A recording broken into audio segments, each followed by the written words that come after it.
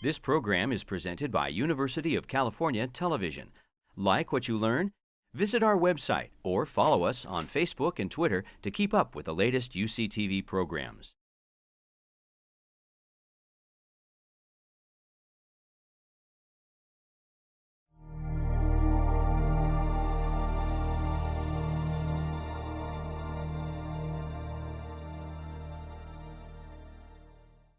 Good afternoon. I'm Carol Christ. I'm the director of the Center for Studies in Higher Education. I think I know most of you here. And we are delighted this afternoon to have the opportunity to hear Ami Zussman talk about her work. Ami is someone we had the great luck to attract to the center when she retired from the office of the president. She's a research associate at the Center for Studies in Higher Education. Her research at the center has been primarily focused on a phenomenon that I find really fascinating, which is the emergence and expansion of new kinds of professional doctoral degrees, many in fields that had never required doctoral degrees for being a professional practitioner, and the implications of these new degrees for access to the professions. Ami previously served as the coordinator of graduate education planning and analysis for the University of California system, so obviously has a great deal of expertise in this area. She also worked on student outcomes assessment. She developed long-range graduate enrollment plans for the UC system, created instruments to measure and compare graduate student success, and she was the lead UC liaison for the National Council on Research's assessment of doctoral programs. She's authored or was the principal staff for university-wide reports on interdisciplinary graduate education, self-supporting graduate programs at UC, and workforce projections for graduate degree recipients in different fields. So I'm so delighted that she has agreed to share her research with us. Thank you so much, Carol. As Carol said, what I'm going to talk about today is the creation and growth of new kinds of doctoral degrees, of professional doctoral degrees. And as the title of my talk says, I'm going to ask the question, if clothes make the woman or the man, does a doctorate make a professional? As some of you know, I have been working on this for a while. In fact, started getting interested in it when I was at UC Office of the President at a time when some of these new kinds of professional doctorates were just being developed, and UC and CSU were, which at the time did not have authority to offer any of them, were considering whether to start them up and what this would mean for California higher ed. As I got to know more about these professional doctorates, I became especially interested in how much they've grown and looking at what's really driving this tremendous amount of growth in the last 15 to 20 years. Are they justified? And what are the outcomes? So I'm going to be talking about professional practice doctorates, or I'm going to often use an abbreviation on my slides and maybe my talk of just PPDs, fewer syllables. The definition for this comes primarily from the U.S. Department of Education's IPEDS unit, which says in part, the professional doctorates are a doctor's degree that provides the knowledge and skills for the recognition, credential, or license required for professional practice.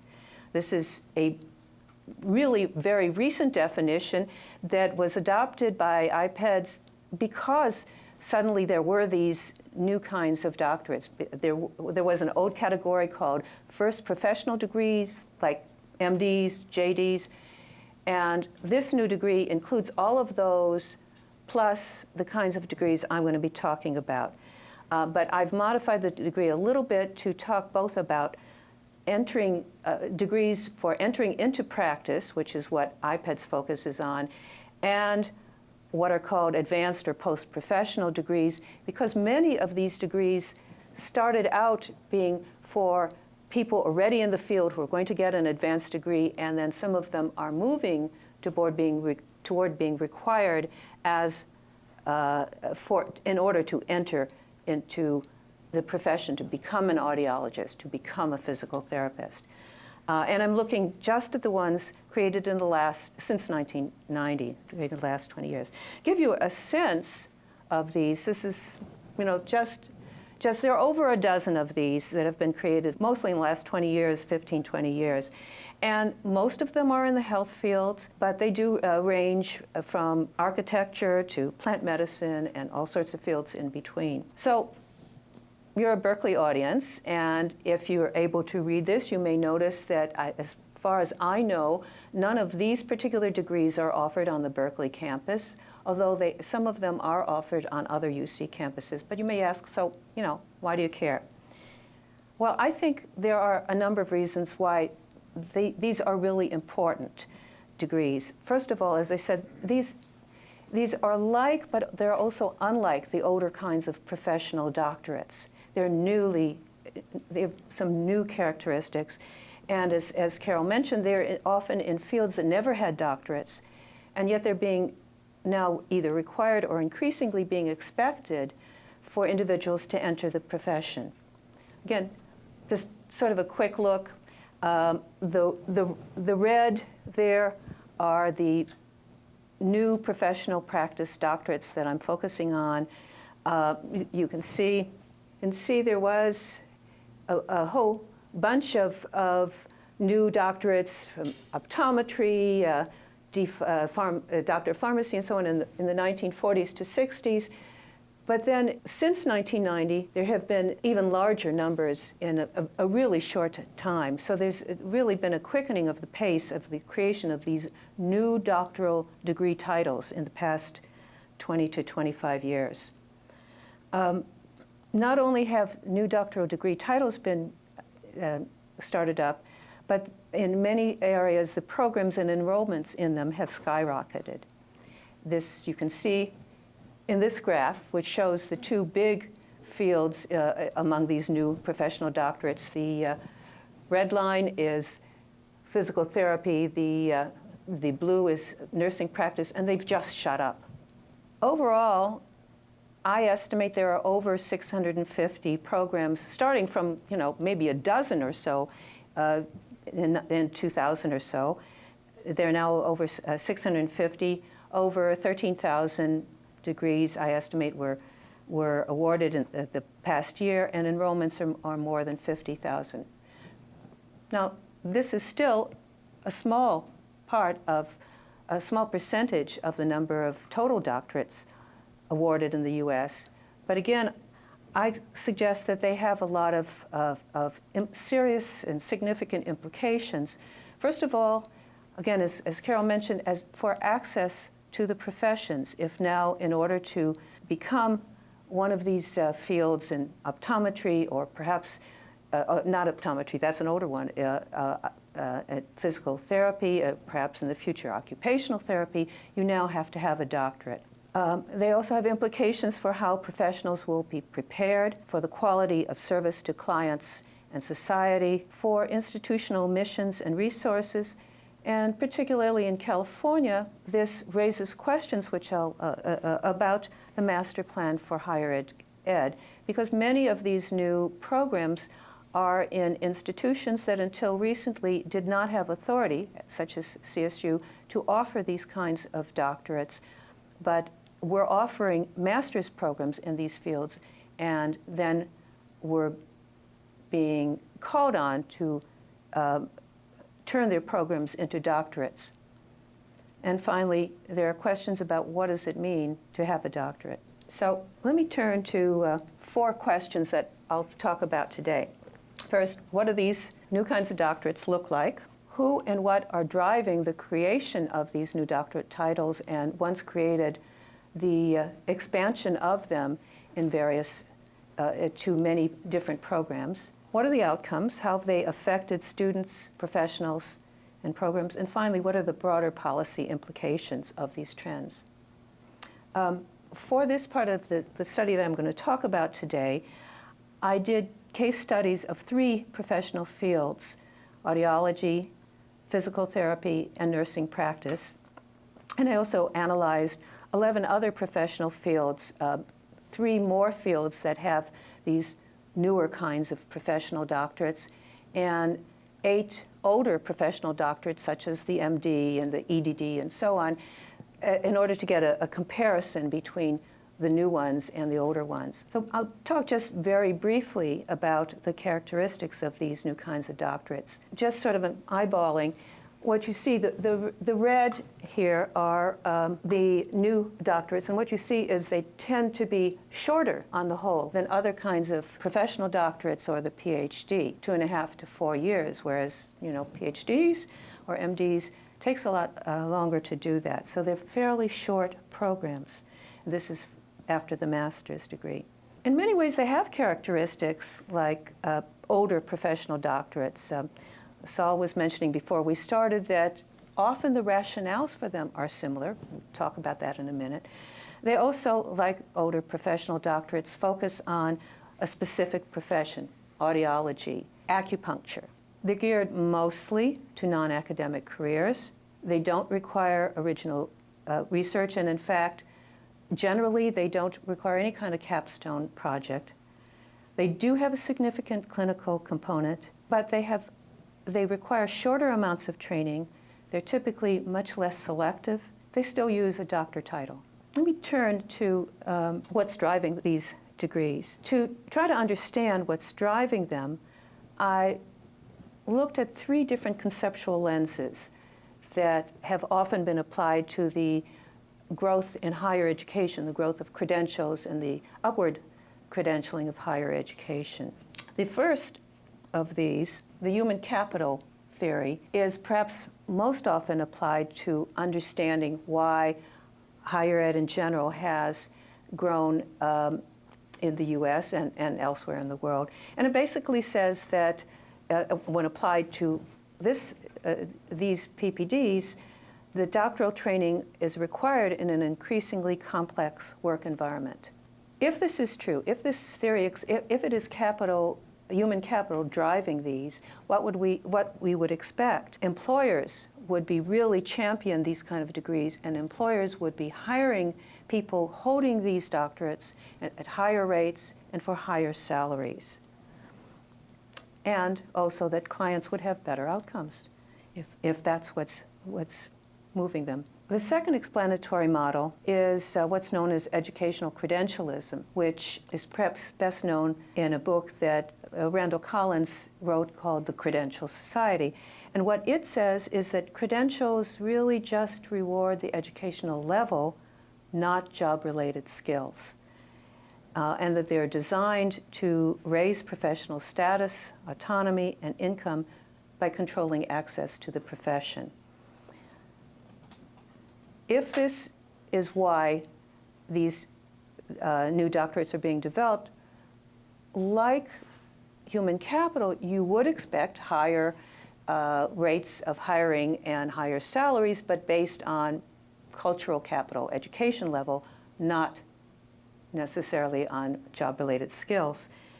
And you might also expect that in order to gain status, one field after another would pursue these higher credentials to sort of keep up with the Joneses. And finally, what's called neo-institutionalism is presented as an explanation for why programs have grown in these fields. And what this theory says is that it's not so much economic benefits, but rather organizations are seeking legitimacy by becoming more like one another and more like high-status organizations. So as I've talked about these, you might notice that there is some overlap among these theories. They use different terms to explain somewhat similar kinds of outcomes, but their assumptions and implications lead to different implications for the future. So that's why I think it's important to try to get a better handle on what's behind the growth of these new professional doctorates. So that's the framework, the theoretical framework. So I'm going to turn now briefly to look at the three case fields that I've examined to identify what's happened in them. The first is audiology. And I love finding cartoons on Google. Let me give you one bit of context I might not have said, and that is, particularly in health fields, in order to get, you need to have a license to practice. And to get a license in most of these fields, you must graduate from an accredited program. So the accreditor is really critical, not only in determining whether an individual can be licensed to become a professional, but whether programs can survive, because if they can't be accredited and with what individuals need, they go out of business. In audiology, as early as the 1980s, there were several professional associations that started talking about the need for a new kind of professional doctorate, not a master's as had been used up till then, and not even a PhD, but a new professional doctorate. And it was so that that audiology could be seen and to become more like other doctoring professionals. As one of the main associations said, the advanced level of training the professional doctorate mandates would ensure the highest standards of delivery of service, certainly a human capital argument, and would strengthen audiologists' position as autonomous practitioners. Others in the field said one of the main reasons for holding doctorates would be that it would make it easier for audiologists to lobby for direct access to patients, that is, not having to go through MDs, direct billing, and other professional necessities. So as you can see, there were in fact multiple rationales being put forth by the professional associations for why these were needed. They were workforce arguments, complex environment, and they were also status and presumed economic benefits to the practitioners. So what happened? Well, in 1997, the accrediting entity, which is in fact a unit within the professional association, set 2012 as the deadline by which programs must lead to an audiology degree, a Doctor of Audiology, in order to be accredited. But in 2004, the accreditor actually moved that deadline up from 2012 to 2007.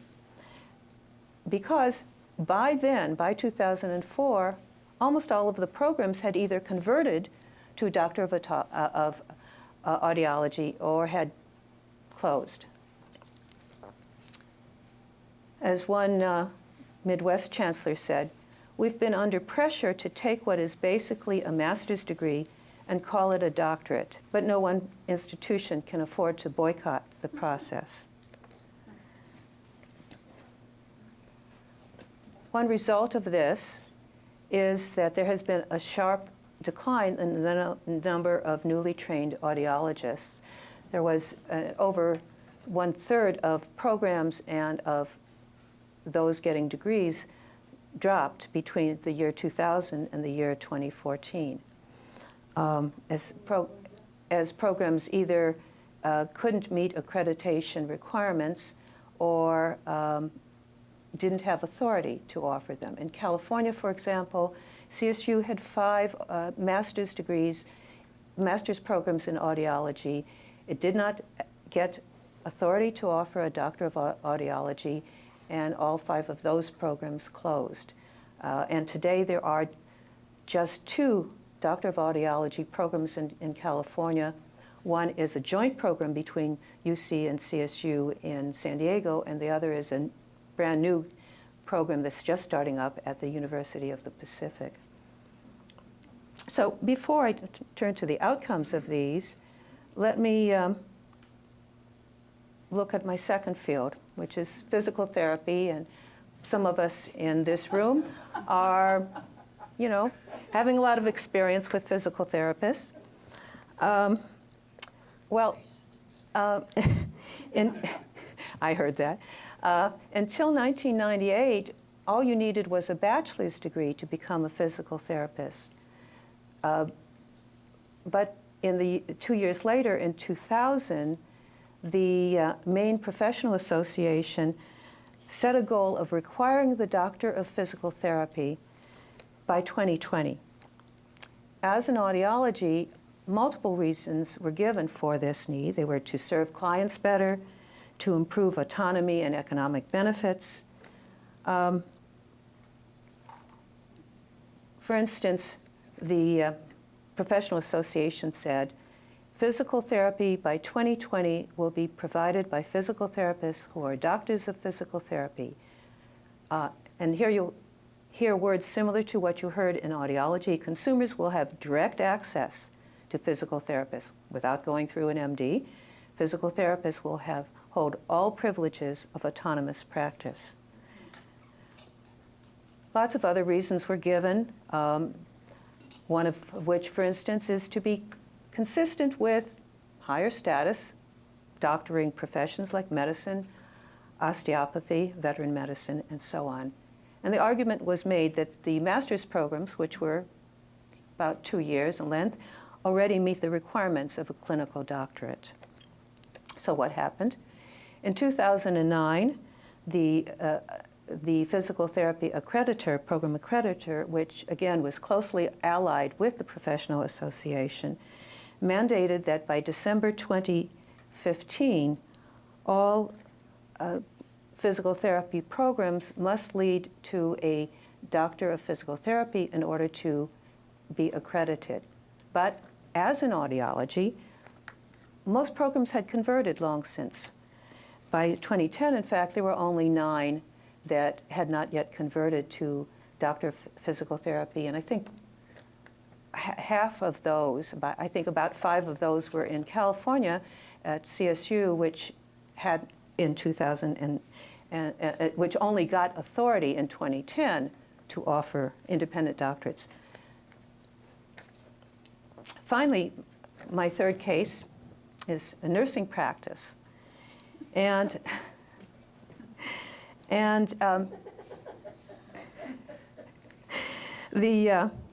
for words are never spoken probably. The doctor of nursing practice followed close behind the physical therapy in terms of rapid growth of programs and enrollments. In 2002, there were just 2 doctor of nursing practice programs, but by 2014, there were 264. The story for nursing practice is a bit different from the other 2. The professional doctorate in nursing practice was championed not by the Professional Association, but rather by nursing deans at colleges. As in audiology and physical therapy, these Association of Nursing Deans argued that the PPD was needed for several reasons, including increasing complexity of the healthcare environment, but also for issues of status and parity.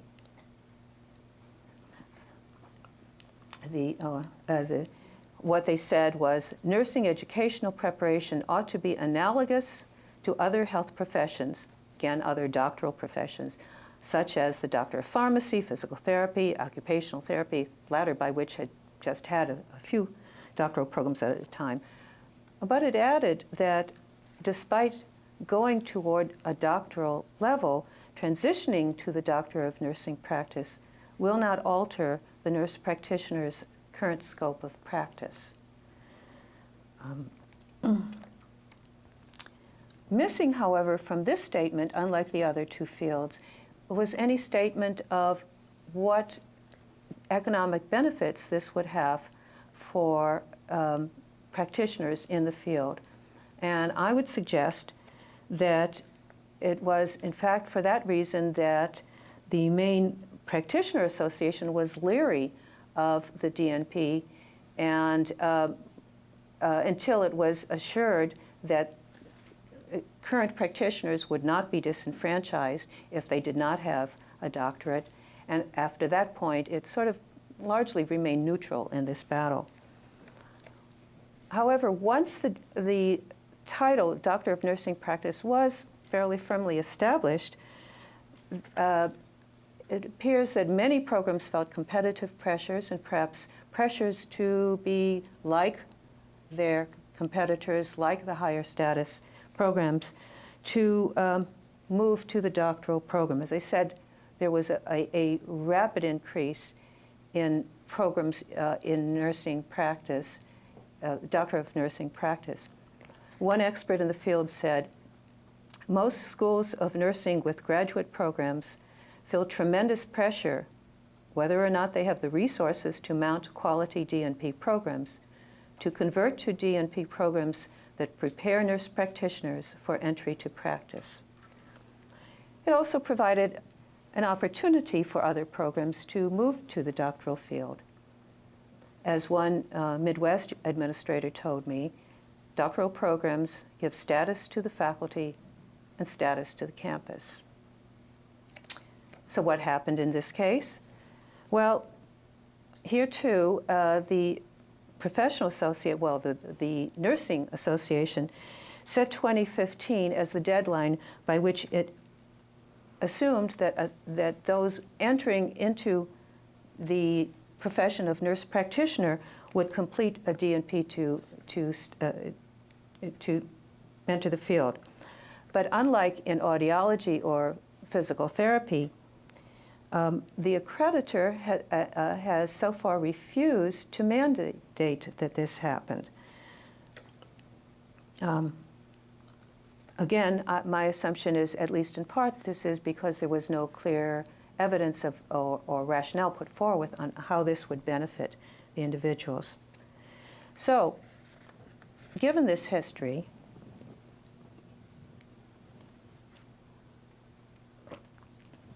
let me look at, what happened in terms of the outcomes in these three fields. And I've combined them because you'll see some very similar comments. In all three fields, the training in the programs sometimes was not much longer than the old masters. The outlier really is physical therapy, where on average there was only 12 weeks more in the program, over half of which was in clinical training.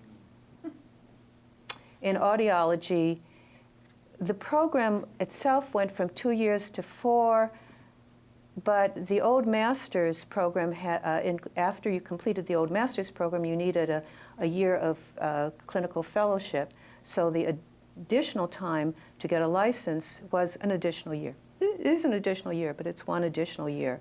And nursing practice, it's on average about 2 years, but programs vary widely in how long they are, their career goals for their students, and their requirements. However, despite the sometimes short programs, student costs and student debt are much higher. Take an example, in physical therapy, tuition increased by 63% in the public institutions. And in nursing practice, it was nearly double that for a master's. There was a report, as I mentioned, CSU gained authority to offer independent doctorates, in both nursing practice and physical therapy in 2010, and these programs are really just beginning. But there was a report by the California Legislative Analyst's Office last year that talked about these physical therapy programs and concluded that the programs had a significant increase, that the average tuition cost was $90,000 for a doctor of physical therapy in the CSU, significantly higher than the master's. And the LAO said, not fully justified. And it also found that the average debt students carried in these programs was over $72,000. Despite this, I found little evidence that new professional doctorate holders have been hired at higher rates or got higher salaries. Now, I will say these are fairly new degrees and things can change. But so far, what it appears to be happening is that employers value experience, not the degree. And in fact, in at least two of the three fields, the professional associations themselves in nursing practice and in physical therapy did surveys, did studies, and acknowledged that there was no evidence that there were higher fees, higher salaries, or better career outcomes for those who were getting these new doctorates.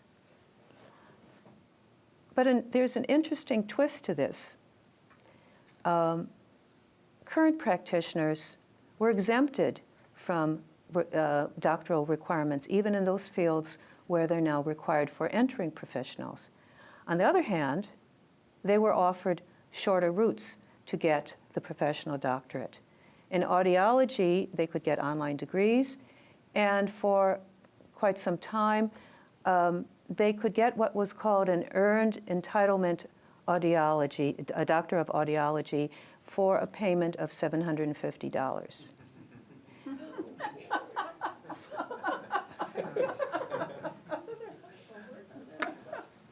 So, and about half of all current practitioners utilized these routes before they were effectively closed.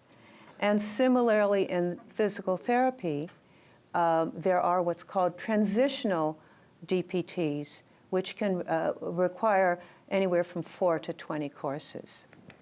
So, but there's no clear evidence to date that clients are better served. Again, these may change. These are new. There may be, and fields do change as people within them change. But to date, there isn't clear evidence that they are being better served. As for workforce supply, the evidence is mixed.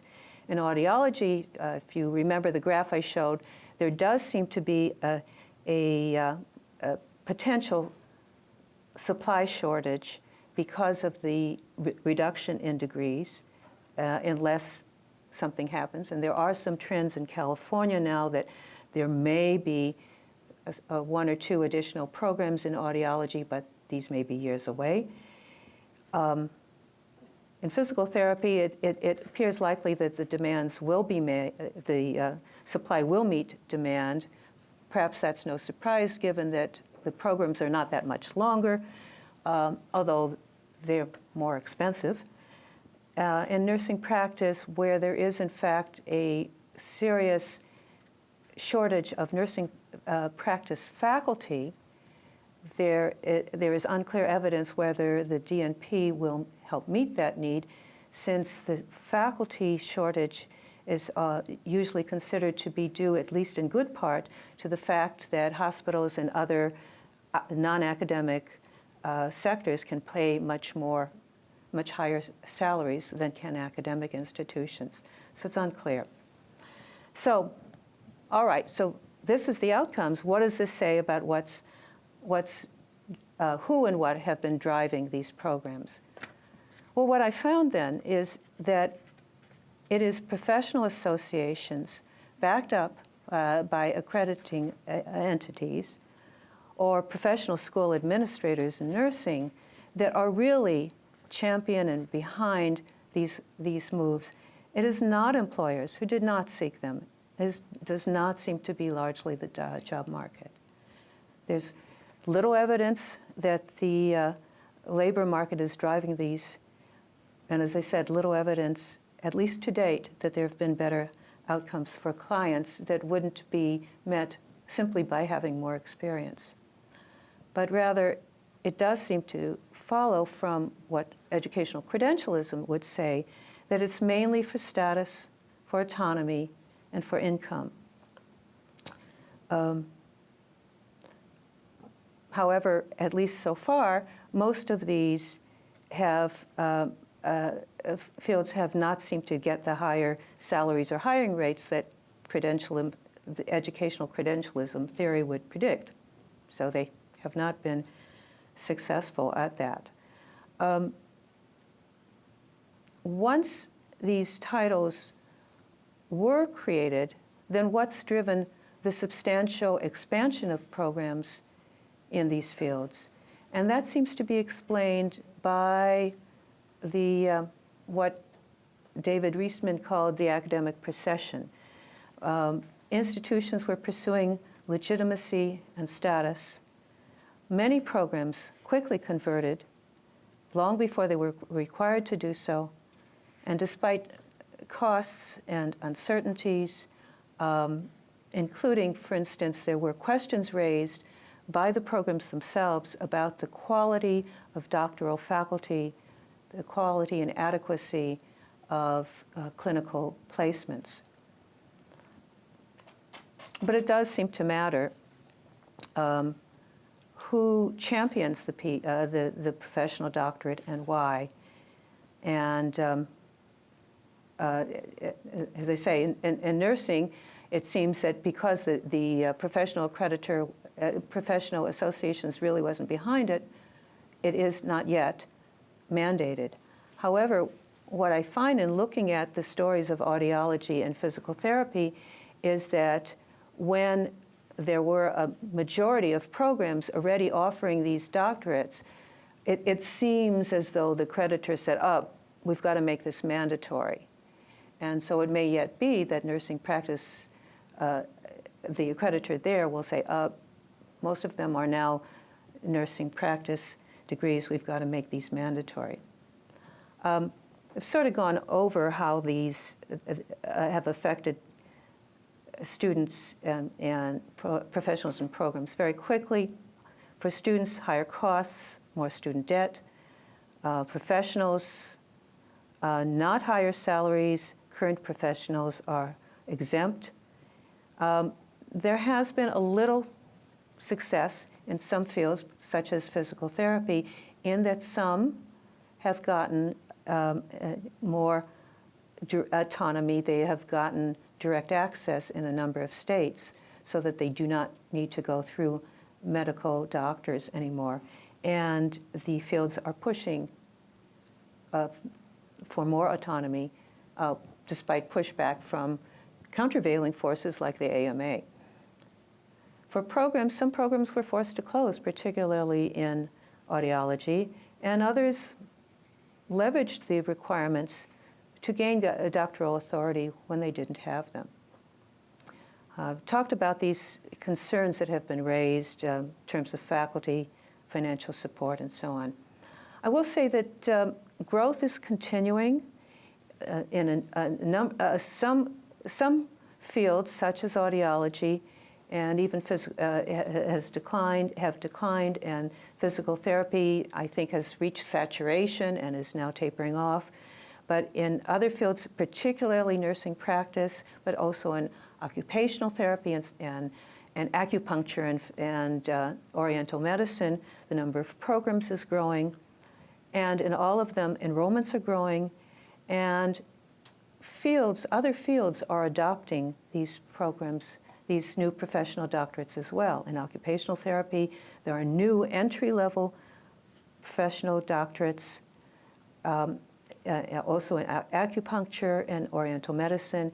And just very recently, nurse anesthetists decided to mandate that by 2022, all nurse anesthetists must complete doctoral programs in order to enter the field. So, broader implications of these. The first, as I said, is what should a doctorate mean? And who decides this? Should a doctorate just be based, as they are in many of these fields, just on completing a certain number of credit units? Or should all doctoral degrees be required to meet certain fundamental criteria?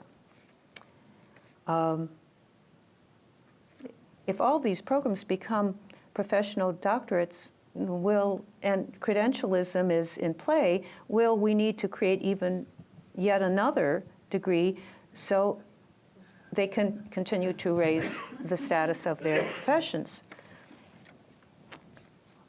And who decides?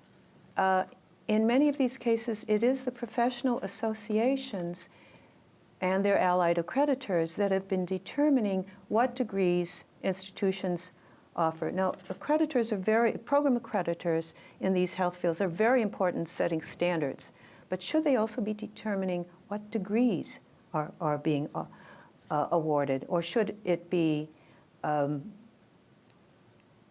faculty in the universities, the regional accreditors, and so on, and the various stakeholders to determine what is the appropriate degree? Access is a key question. As the three cases illustrate, there has been rising tuition in these fields.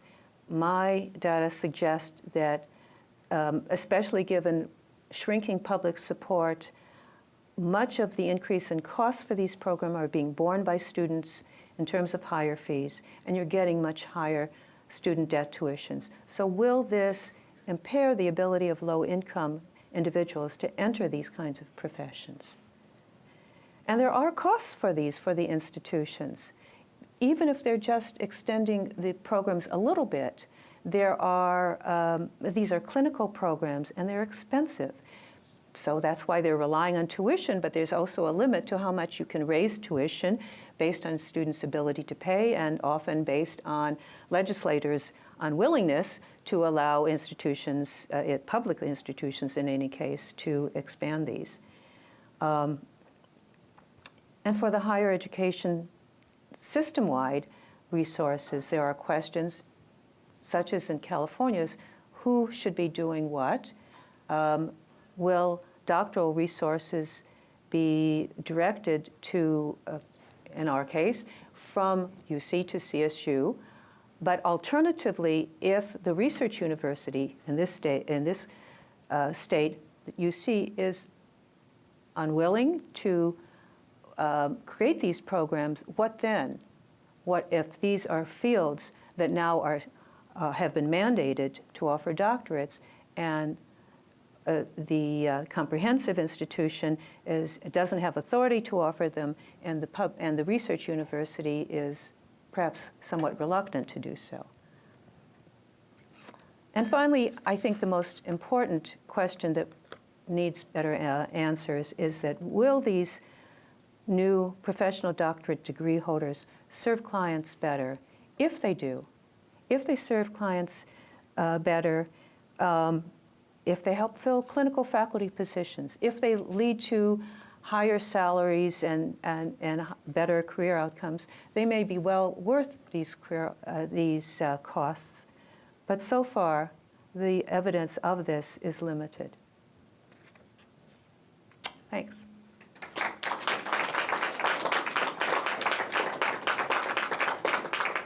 Will you answer questions? Absolutely. Questions, comments? Ami, very, very interesting update on this vexing situation with doctorates. The institution that has, at least at the early point, was very worried about the role that they had to play was WASC, and it was partly because they have very strong, the staff had very strong feelings about what constituted appropriate support for PhD level programs, and questioned whether some of the institutions that felt required to shift these degrees to doctorates would be lacking. And I wonder if you have anything to say about how this scenario has been playing out with WASC accreditation. Yeah, and actually at one point I did talk to WASC people. My own feeling is, well, first of all, I think the different regional accreditors play different roles. Some are more active than others. WASC is a little more active than some of the others. But I think it's a missed opportunity. I think the regional accreditors ought to be taking a much firmer stand than they are on setting standards. There was a report now almost a decade ago by North Central accreditors on raising questions about these professional doctorates, but then there was no follow-up. WASC, as I've looked at it, has largely deferred, and as have other regional accreditors, have largely deferred to the recommendations of the program-level accreditors, the accreditor in audiology, the accreditor in physical therapy. So I think they haven't taken a stance. And of course, in California, there is no longer a California Post-Secondary Education Commission that might raise some of those questions as well. I'd like to ask you to go a little deeper on what you meant by direct access, which is driving several of these. I think of an audiologist as somebody who's an independent practitioner. Are we thinking of the ability to get health insurance coverage, or the need for referrals, or what? Yes. Referrals is a big one. That I know when I talked at one point to physical therapists, faculty, they were eager that they not be required to, that people not have to go through an MD to be referred. They wanted to have that pool so that they could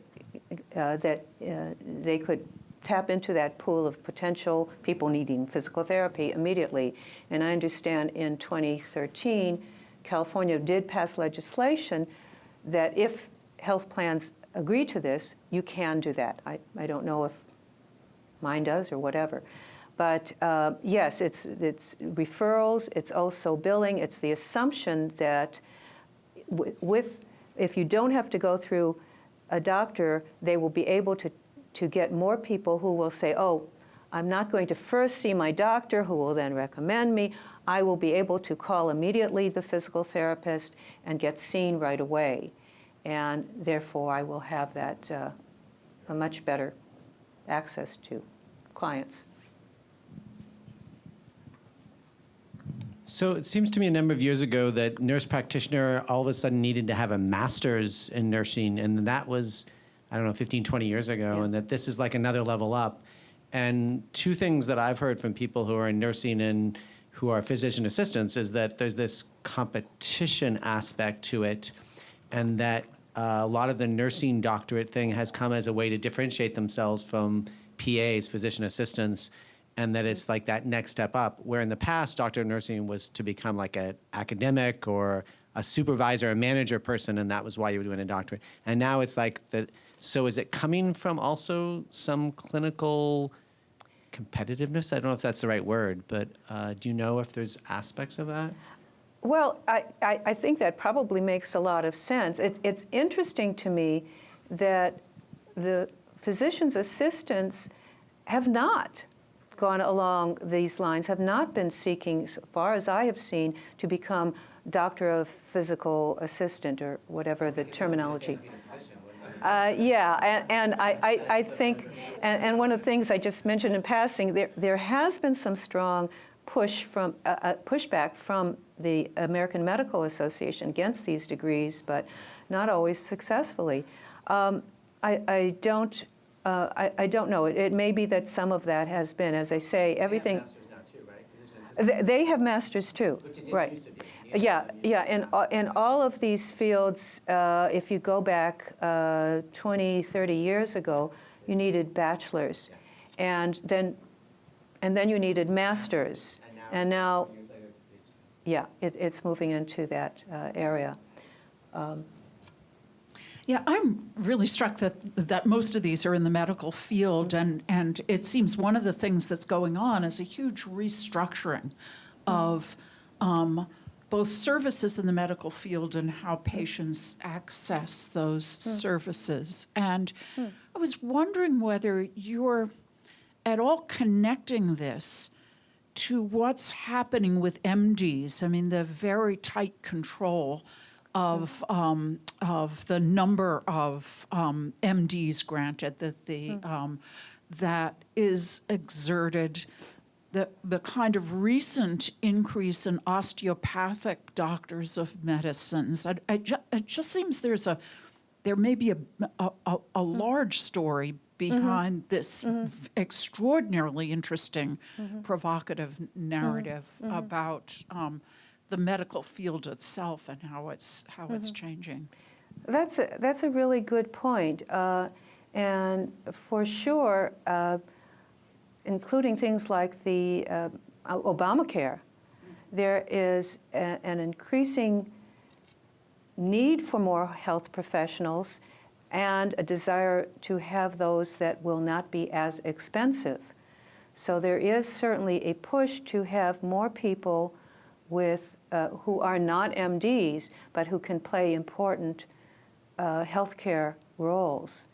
Yeah, but I'm also wondering whether there's a kind of artificially imposed scarcity of the MD degree by the AMA. Well, yes. I mean, just as I would say was true most clearly in audiology, not less so in the other two fields, there is an attempt to control access to the profession, both for very legitimate reasons and perhaps for also status and income. And so this could play a role in other professions picking up the slack, but also then wanting to imitate some aspects of those MDs with their own doctorates.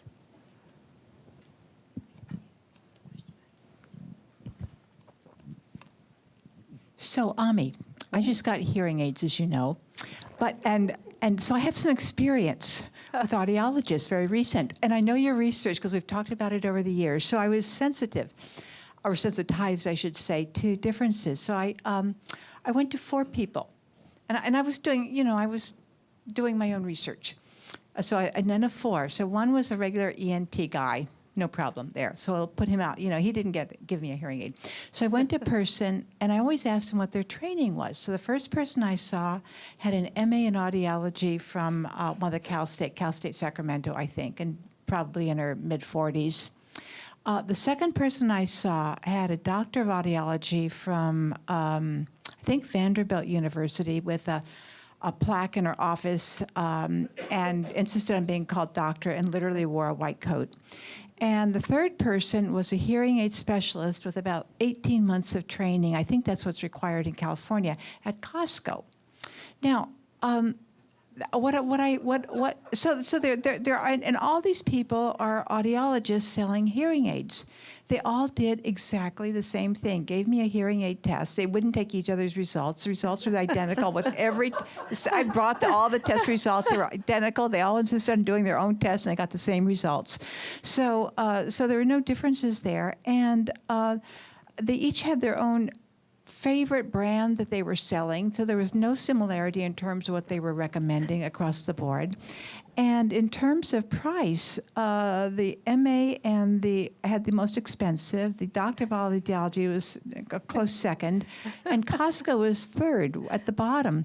But not because of lack of training, but because of the business model that Costco has implemented that is in direct competition with independent audiologists. The model of buying high volume, a limited number of hearing aids at high volume, and then the store within a store model, which reduces overhead significantly. You see these in the pharmacies in Safeway now.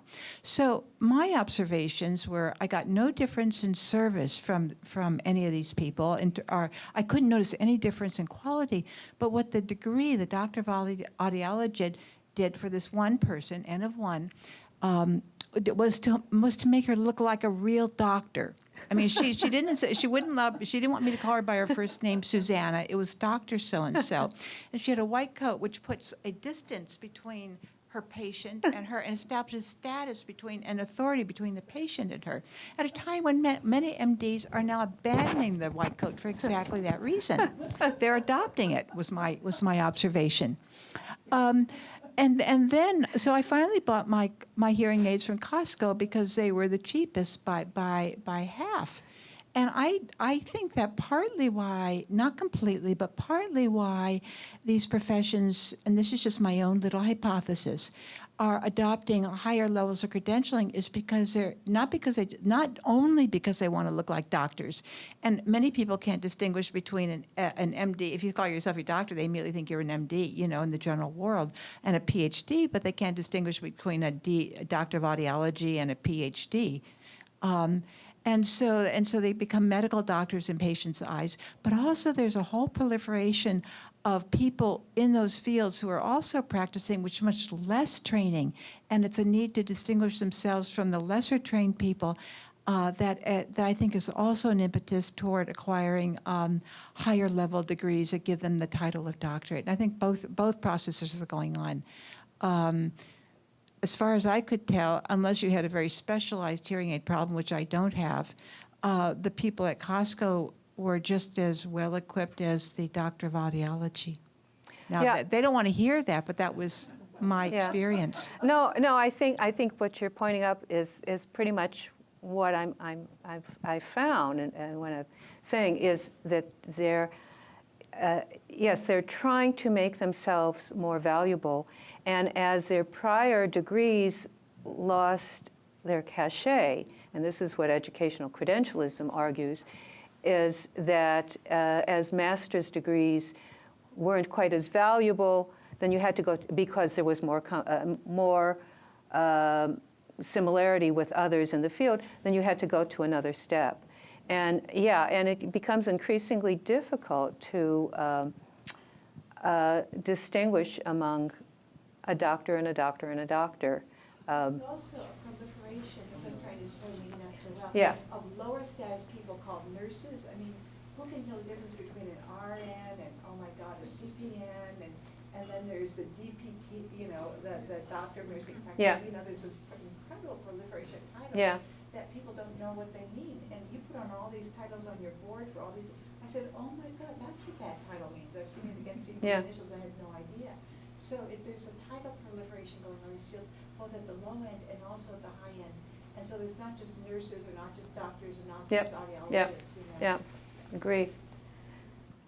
Yeah, I think a lot about the highest degree that an institution offers.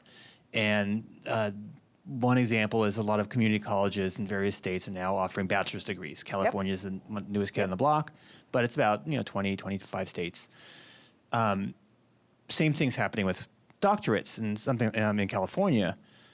Do you have any idea how common it is that there are master's level institutions in other states that have just offered their first doctorate because of this kind of thing? Yes, there are. I don't know the numbers, but I know that in several states, well, again, take physical therapy. You either had to be able to offer a doctorate, partner with another institution, or close shop.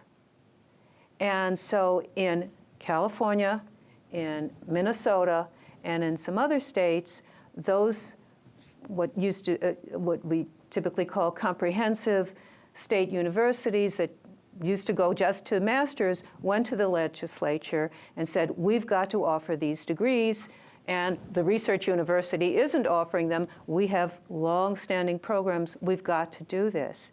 And so I think in many cases they have, in fact, been successful, although sometimes it's a mixed bag, because in those two states, for instance, what the legislators said, well, all right, you can offer these degrees, but we don't want you to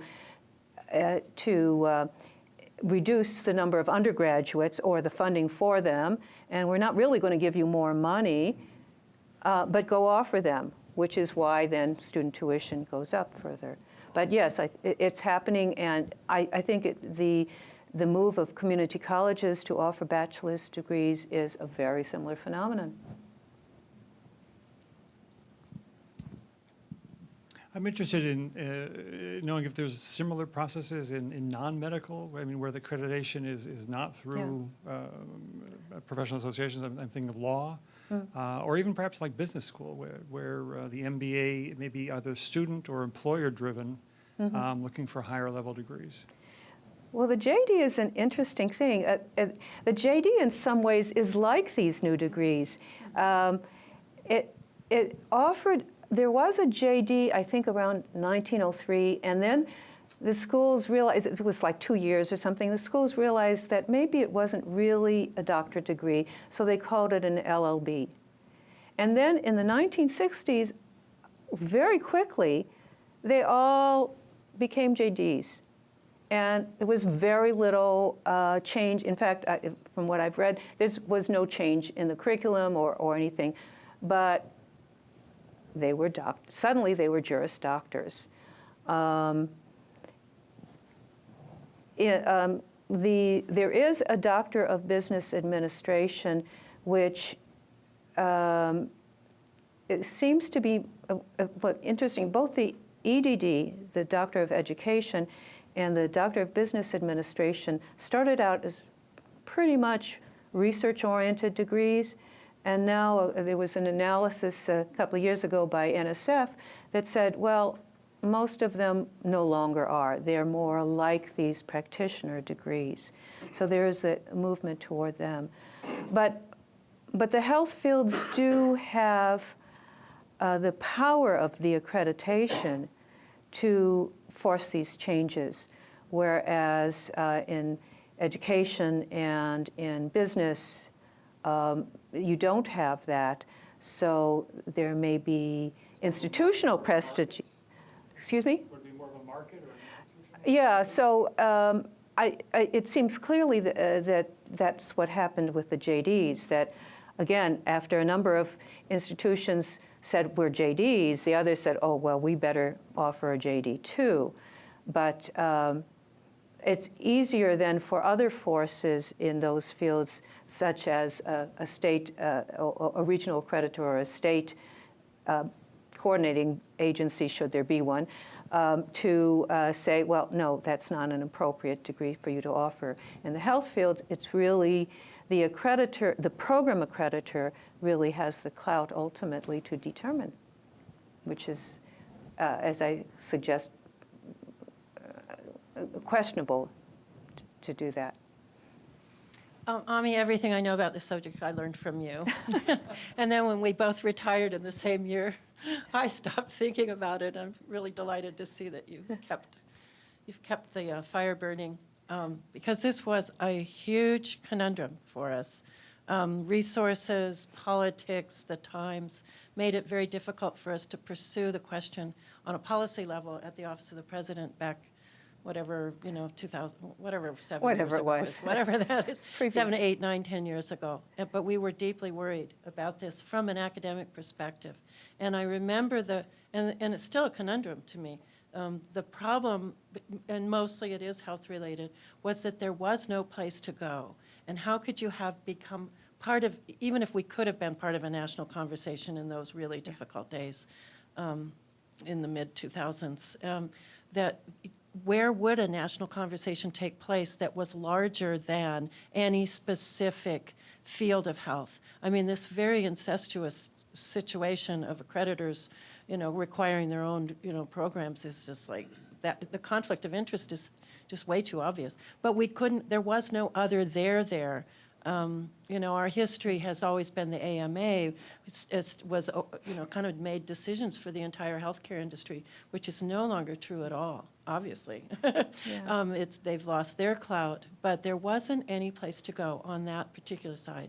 A second piece that may emerge, I don't know, I mean, the whole insurance industry question that Jed sort of brought up, what's going to get reimbursed? Who's going to make those decisions? And will there start to be conflicts amongst these groups providing similar experiences, or being distressed or outraged or whatever they're going to be about somebody else providing care to their patient on a subject for which they thought they were equally qualified? Will that work itself out? And where's the consumer in this? Are there consumer groups that are going to start to care about this? Do they become champions or not, making it better or worse. But then the bigger question is, I mean, that, you know, is it making a difference to them? And do they feel that their needs aren't being served? That's sort of tangential. But the other question that you raised is like, who does define the doctorate? And where is the there for the academic universe in the United States higher education that makes a definition when it's starting to be important, it looks like, for all the reasons you're pointing out. Yet, there ought to be a difference. It lowers the value of some, it raises the value artificially of others. Anyway, great job, Ami. No. Well, yeah. You know, I really think, as I said, it is a big question who nationally could do this. I think if we had really active regional accreditors, or what is the Association of Accreditors? Not COPA, CHIA. If they were to get together, they might have done it, but there doesn't seem to be the will or desire, and in fact, most of the members of CHIA are these program accreditors rather than the regional ones. So it hasn't happened. Yeah, and questions about what is and should be a doctorate, I think, are key here. Let's thank Ami again for the wonderful presentation.